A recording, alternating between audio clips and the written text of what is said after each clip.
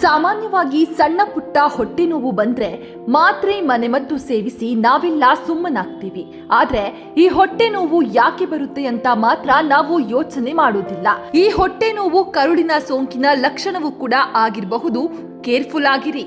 ಮನುಷ್ಯನ ದೇಹಕ್ಕೆ ಕರುಳುಗಳು ಎಷ್ಟು ಮುಖ್ಯ. ಕರುಳುಗಳು ನಮ್ಮ ದೇಹದ ಒಂದು ಪ್ರಮುಖ ಭಾಗವಾಗಿದ್ದು ಇದು ತ್ಯಾಜ್ಯವನ್ನ ಹೊರಹಾಕುತ್ತೆ.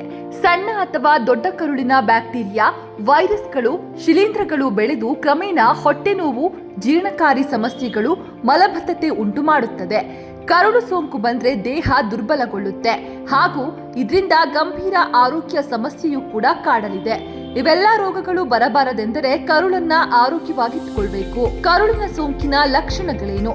ಜೀರ್ಣಕಾರಿ ಸಮಸ್ಯೆ, ವಾಂತಿ, ಜ್ವರ, ಅತಿಸಾರ, ಹಾರ್ಮೋನ್ ಇಂಬ್ಯಾಲೆನ್ಸ್, ಸುಸ್ತು, ತಲೆನೋವು, ನಿರ್ಜಲೀಕರಣ, ಅತಿಯಾದ ಬಾಯಾರಿಕೆ ಇದು ಕರುಳು ಸೋಂಕಿನ ಲಕ್ಷಣಗಳಾಗಿವೆ. ಕರುಳು ಸೋಂಕು ಹೇಗೆ ಸಂಭವಿಸುತ್ತೆ? ಕೊಳಕು ನೀರು ಅಥವಾ ಕಲುಷಿತ ಆಹಾರವನ್ನ ಸೇವಿಸುವುದು, ಕೈಗಳನ್ನ ಸ್ವಚ್ಛಗೊಳಿಸದೆ ಆಹಾರ ಸೇವಿಸುವುದು, ಹೆಚ್ಚು ಜಂಕ್ ಫುಡ್ ತಿನ್ನೋದ್ರಿಂದ ಕರುಳು ಸೋಂಕು ಬರಲಿದೆ. ಫ್ರಿಡ್ಜ್ನಲ್ಲಿಟ್ಟ ಆಹಾರವನ್ನ ಪದೇ ಪದೇ ಬಿಸಿ ಮಾಡಿ ತಿನ್ನುವುದು, ಅತಿಯಾದ ಎಣ್ಣೆ ಪದಾರ್ಥ ಸೇವಿಸೋದ್ರಿಂದ ಒತ್ತಡ ಹಾಗೂ ಸರಿಯಾಗಿ ನಿದ್ರೆ ಇಲ್ಲದಿರುವುದು ಹಾಗೂ ಬದಲಾಗುತ್ತಿರುವ ವಾತಾವರಣದಿಂದ ಕರುಳಿನ ಸೋಂಕು ಬರಲಿದೆ. ಕರುಳಿನ ಆರೋಗ್ಯ ಕಾಳಜಿ ಹೇಗೆ?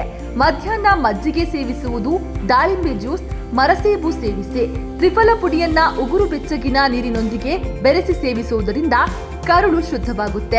ಹಾಲಿನೊಂದಿಗೆ ಅರಿಶಿನ ಸೇವಿಸಿದ್ರೆ ಕರುಳು ಆರೋಗ್ಯವಾಗಿರುತ್ತೆ. ಅರಿಶಿನ ಬ್ಯಾಕ್ಟೀರಿಯಾ ವಿರೋಧಿ ಗುಣಗಳನ್ನ ಹೊಂದಿದ್ದು ಇದು ಕರುಳಿನ ಆರೋಗ್ಯಕ್ಕೆ ಬಹಳನೇ ಒಳ್ಳೆಯದು.